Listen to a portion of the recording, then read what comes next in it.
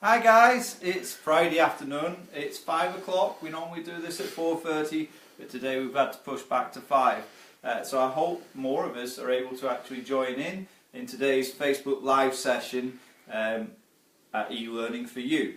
I'm Paul Blaine. As you know, I'm here every week normally to talk about certain subjects, whether it be in health and social care or management or other topics, just to give a few pointers.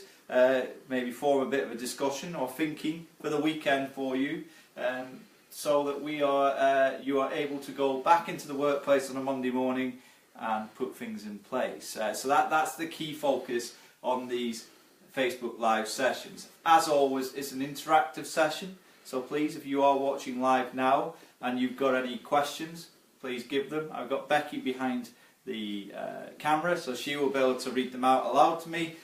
If you're watching this back afterwards, then leave a comment if you want, or a personal message, the e-learning for you Facebook page, and we will get back to you with answers to the questions that you leave.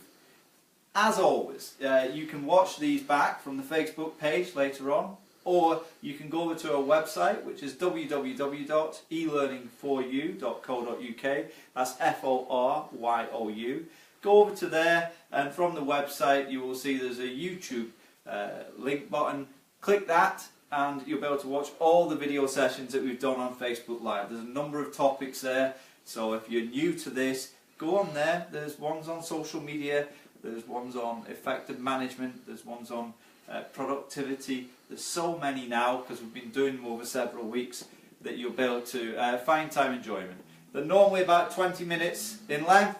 So take the time, have a look. I'm sure you'll get some benefit, if not lots of benefit, out of watching them back. Now, over the next 5 weeks, these Facebook sessions are going to be related to health and social care. So if you are a non-health and social care viewer, apologies, you might still find some tips. There's a lot of things that can transfer from industries, but it is very much focusing on what we know as CQC. So the Care Quality Commission, and that's the regulation body of the health and social care environment. And we're going to be looking at particularly at something what we call CLOEs, so Key Lines of Enquiry, which is what CQC use when they do inspections. And I'm going to be trying to put a lot of the words they use, a lot of the way in which they want to inspect, I'm going to be trying to put that into a language that you can understand, that you can look around your own environment from a day-to-day perspective, whether you're a member of staff working there as a carer or a nurse or a domestic or maintenance, or whether you're in the management team, whether you're a senior, a deputy manager or a manager themselves. So I'm trying to sort of like give you a bit of a flavour as to when an inspection should start and what it is that we're looking for. So over the next 5 weeks I'm going to be looking at what we class as the 5 key lines of inquiry, and that is safe, effective, responsive, caring and well led.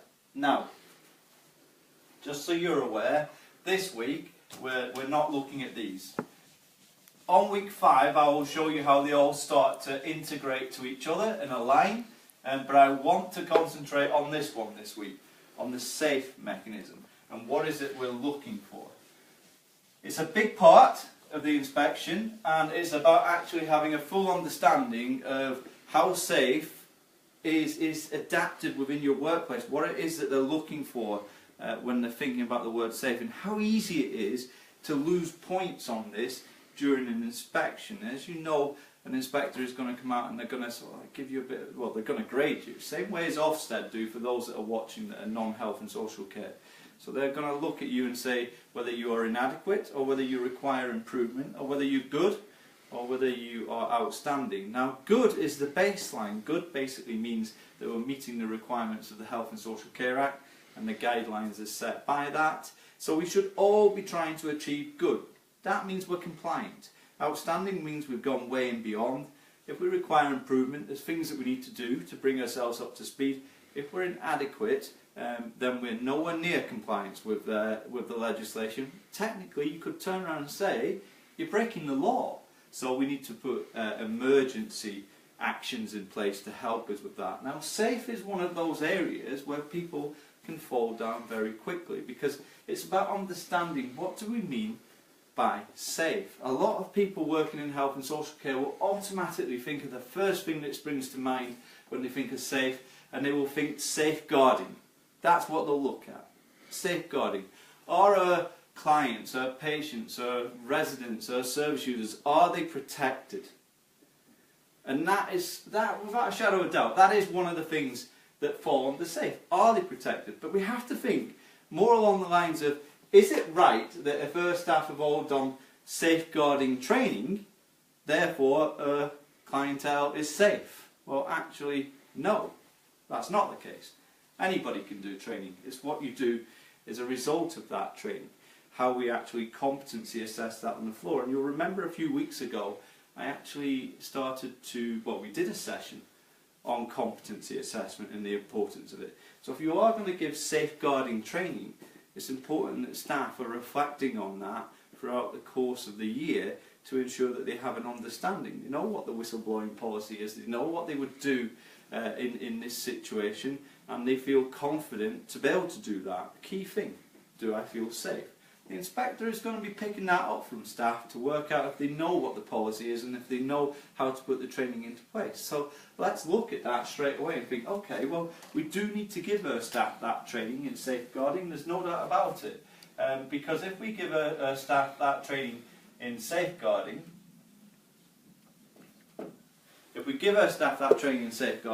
then at least we're ticking one box to start with. If we can show competencies, then we know that when an inspector speaks to that member of staff, that the inspector is going to feel confident that that person knows exactly what to do. If we have clear lines of communication when it comes to whistleblowing, then we know that the training has worked, we know that the policy has worked, and we know that we've got a workforce that is going to safeguard the people that we care for. So that's one of the first things that we can look at when it comes to safe. So you can see how quickly an inspector is just looking at that one point. So it's not just about a certificate or whether you're compliant on a board, it's about all the other aspects that go with it. But there's so many other things that fall under safe when it comes to training. We could, if you're in England watching this, you can refer yourself to MCA and DOLS. Now for people that not sure what that means, we're talking about the Mental Capacity Act and we're talking about the deprivation of liberty safeguards. So, are they in place? Have we got the relevant DOLS in place to ensure that people are protected? Have we done capacity assessments? It's all sitting on the safe. Are we safeguarding the wishes and the beliefs and the ethics of the people that we care for? So it's not just about, is there trip hazards around or is somebody being abused? It is a case of, are we doing everything in line to make sure that we have the best ability to keep people safe? We can look at that through care planning as well. Are there adequate care plans in place? Are they person-centred? Are we protecting the rights of the people that we care for? And are we communicating the information out to the workforce to be able to help them adhere to that? I mentioned before policies and procedures. Are they in place? So all of this is falling under that term of safe. Have staff read them? How do we know? Have staff understood them? How do we know? How can you evidence that? How can you prove that when it comes to looking at, are you safe? So everything's coming on board to that, to staff training. If you have somebody that's got DNR in place, are staff aware of that? Do they know? Would they know what DNR stood for? Do not resuscitate. Have staff received basic life support training, health and safety training, training in COSH, controlled substances hazardous to health. All of these things are possibilities that could cause somebody to become unsafe, whether it be for an employee, whether it be for a visitor to your care home, whether it be for the resident or the patient or the service user client themselves. So it's all starting to fall into line when you start to look at this. Even down to the point of the inspections that we have to do on equipment. So we know that we've got to do LOLA inspections and pure inspections on equipment. And for people wanting to know what they are, if you've not done moving and handling, it's lifting operations and lifting equipment regulations, and it's provision of use and working equipment regulations. So we're talking about hoists. Have they been checked by an external examiner, somebody that's LOLA accredited? Have the slings that are used for those hoists been examined and checked and fit for purpose? Have we done the relevant risk assessments? All fall under that. Have staff received training in the use of such equipment that they're going to use on people. All of it is falling under safe. We haven't even started to think yet about the environment, but think about it. You've got your electrical testing, you've got your gas supply testing that you've got to do. We can talk about Legionellas in here. Have you tested your water system? If there is asbestos in the building, have we got an asbestos plan in place? If there's people that work on their own in an evening, has lone worker risk assessments been completed? All of it, I keep going back to it, is falling under safe. Every single bit of it. What about your fire? How many fire drills have you done? Have you done the required 2 per year? 1 each 6 months? Are you actually testing your electrical lighting? Are you setting off your fire alarms, and are you seeing response times to people and their reaction? Have you audited that? Have you put action plans in place to improve the situation? Again, all of it is relating to safe. Now, there's so many more bits I could go into on that. I could go into the fact of risk assessments. You know, have we done risk assessments on display screen equipment? Have we done risk assessments on the kitchen area? Have we done risk assessments on the floor? Making sure that the environment is safe for all that use it. What about external environments? Are we looking to make sure they are safe? So all of it is fitting under that category. So you can see very quickly that when you start to not be able to show or evidence some of these things or all of these things, it is this area here that is falling apart. It's this area here that's going to get downgraded. How can you possibly be good if not every one of your clientele has a care plan that is good enough and fit for purpose? How can you possibly be good if your policies and procedures are not adhered to, or staff have not received the relevant training, or your certificates are out of date? How can you possibly be good? You can't. You're automatically going to go down to requires improvement, and in some cases where you can't evidence anything, you're automatically going to be inadequate. So you're getting pulled down under this mechanism of safe. Have you got a hierarchy in place? Is there good communication between that hierarchy? Can you prove that through minutes of meetings, etc. like that? Your auditing systems are all falling under safe to make sure that you are safe. Is someone testing the temperature of the water in the taps? I know a lot of you will be thinking that's maintenance job, but the reality is that you have to be prepared for when that inspector comes, and you have to start thinking, have we done everything? Have we got everything to make us compliant when it comes to safe? What is the process that we've got in place for this? So if you're a member of staff, do a walk round around your building. I know people say they do it all the time. I promise you I've been in thousands of care homes. I know that sounds a lot saying thousands, but it is. Over my time of 18, 20 years, I've been in so many. On a simple walk round of those care homes, I've spotted up to 20, 30 things that would actually downgrade you in safe. And that can be things like trip hazards on the floor, uneven surfaces, people leaving things out lying, someone that's actually cleaning and hoovering up who's got a cable dragging or stretched across the floor. There's so many different things. Bedroom doors wedged open. All of them are causing that environment to be unsafe. Do the walk round. Have a look at your environment. Think to yourself, I'm an inspector walking around here. Am I seeing anything that's not safe? That's your environmental check. Then audit it. Sorry, not audit it. Map it. State what you've seen. Show your evidence. Show your plan, and show your timescales of how you're going to improve anything you've seen, whether it be immediate or not. You have to ensure that it's safe. Is your lighting sufficient? You know, a key bit that I've said to some staff before is, especially when we get to the point where the light nights are coming back in, is sometimes we're not quick enough to get the lights on every corridor when it goes dark, because when it does go dark, it goes dark very quickly.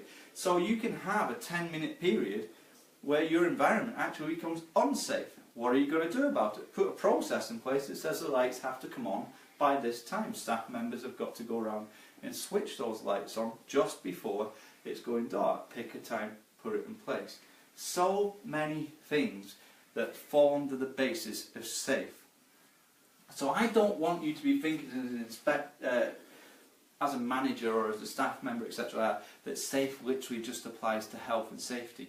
Think about it. everything you do inside your facility is to ensure people are safe. Everything. Every piece of documentation is to ensure people are safe. Whether it be recording fluid intake, etc. like that, whether it be the recording fluid outtake, you are doing it because you have a concern that this person isn't either drinking enough or they're not passing enough, so therefore you're not thinking that they're in a safe condition. So you're measuring the data, you're auditing it to see if you can improve the situation to make them safe. Everything about it is there. So I could draw up a whole list, but what I would say to you is start thinking, start mapping down. This weekend, grab a piece of paper, if you're a manager especially, and start writing down what you think would fall under the category of safe. Think of the things that you do. How are you going to make people safe? It doesn't matter what the guidelines say. They may as well be written in Latin sometimes. The reality is, if people are safe, if your environment is safe, if your staff are safe, are people well cared for, are they safe, are we safeguarding people from everything? Are we actually protecting people? And if you can confidently turn around and say you are, then you will get high marks when it comes to safe. If you have doubts, then you need to improve those and you need to make them better. You need to show that, but don't be frightened to write it down and evidence it. What CQC are looking for in an inspection is identification of something, putting something in place and then checking it's worked. At the end of the day, they're an inspection body. They are there to audit you. Audit yourself first. Have the answers first. Be prepared, be ready. Start your inspection tomorrow. It doesn't matter whether you just had an inspection last week or 2 weeks ago. Start it now. Start drawing down on those key lines of inquiry and start thinking to yourself, are we safe? Do that, you're on the starting process.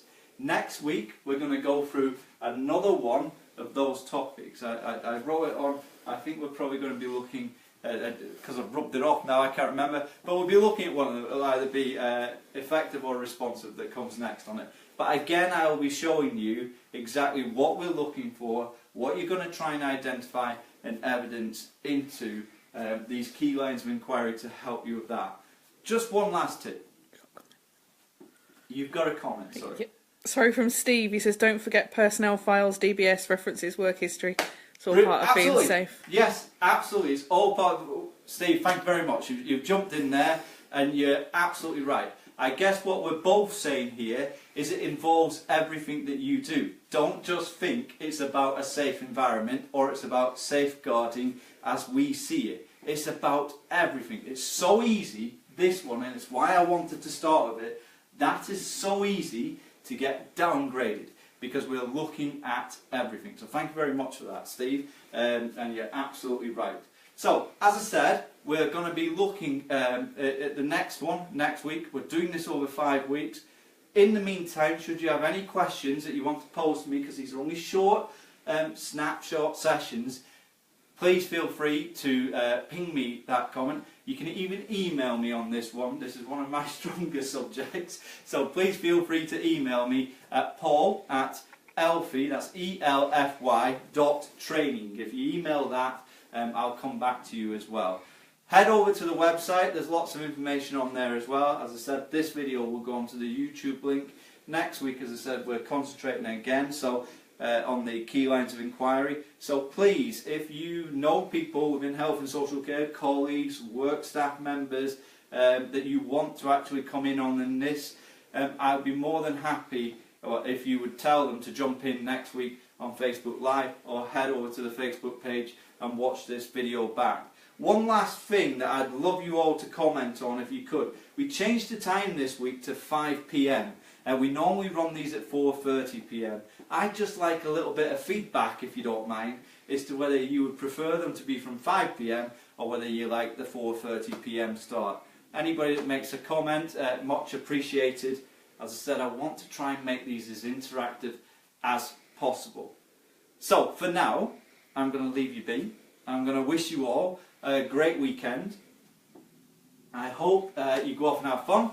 I've sort of like had one of those weeks where I've been here, there and everywhere. I've been in the Scottish capital and the English capital this week, so I'm looking forward to a well-earned rest myself this weekend. But I'll be back next week, ready to go again, ready to discuss the key lines of inquiry even further. But for the next 5 weeks, I hope I'm going to give you information that's going to help you with your inspections. So take care, have a good weekend, goodbye.